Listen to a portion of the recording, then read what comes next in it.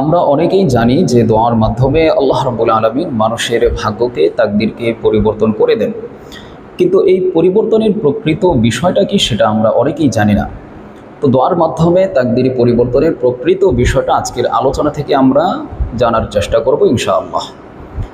আলোচনা শুরুতে বলে নিচ্ছি ওয়াল কদরি খৈরিহি ওয়া শাররিহি, যে মানুষের জীবনে যে দুটি দিক রয়েছে, ভালো এবং মন্দ, উভয় দিকটাই পূর্ব থেকেই মানুষের তাকদীরে লিপিবদ্ধ আছে। জামে তিরমিজির 2139 নং হাদিসের মধ্যে এসেছে, রাসূলুল্লাহ সাল্লাল্লাহু আলাইহি ওয়াসাল্লাম বলেন, লা ইয়ারুদ্দুল কদা ইল্লা দুআ, যে দোয়ার মাধ্যমে আল্লাহ রাব্বুল আলামিন মানুষের ভাগ্যকে পরিবর্তন করে দেন। জামে তিরমিজির আরও একটি হাদিস থেকে ভিন্ন রকম বক্তব্য পাওয়া যায়। তিরমিজির 2516 নং হাদিস, দীর্ঘ হাদিসের শেষাংশে আল্লাহ রাসূল বলেন, রুফিআতিল আকলাম, যে কলমসমূহ তুলে নেওয়া হয়েছে, ওয়াজাফাতিস সুহুফ, এবং কাগজগুলো শুকিয়ে গেছে, অর্থাৎ মানুষের তাকদীর চূড়ান্তভাবে লিপিবদ্ধ হয়ে গেছে, এতে আর কোনো পরিবর্তন হবে না।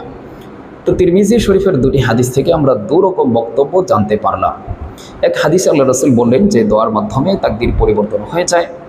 আরেক হাদিস থেকে আমরা জানতে পারলাম যে তাকদীর অকাট্যভাবে লিপিবদ্ধ হয়ে গেছে, এতে আর কোনো পরিবর্তন হবে না। তো দুটি হাদিসের মধ্যে তাআরুজ দেখা যাচ্ছে, বিরোধ দেখা যাচ্ছে। তো প্রথম হাদিসটি কিন্তু আমরা আলহামদুলিল্লাহ অনেকেই জানি যে দোয়ার মাধ্যমে তাকদীর পরিবর্তন হয়ে যায়, কিন্তু দ্বিতীয় যে হাদিসটি আল্লাহ রাসূল বলেছেন যে কলম তুলে নেওয়া হয়েছে, কাগজ শুকিয়ে গেছে, অর্থাৎ তাকদীর চূড়ান্তভাবে লিপিবদ্ধ হয়ে গেছে, তো এই হাদিসটি কিন্তু আমরা অনেকেই জানি না।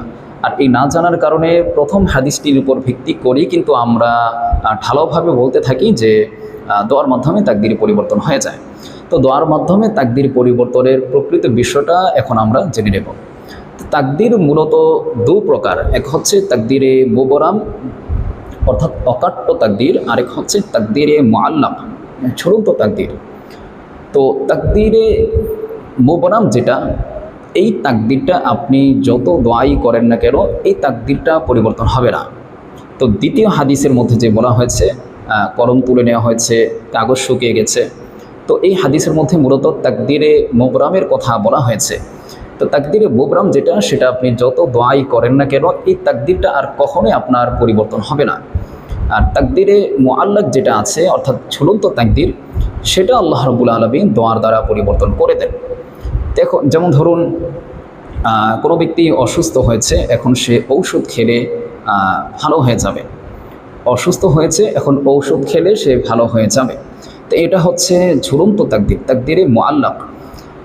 আবার যদি কোনো ব্যক্তি, যেমন ধরুন কোনো ব্যক্তি অসুস্থ হয়েছে, এখন সে যত ঔষধই খাক না কেন সে সুস্থ হচ্ছে না।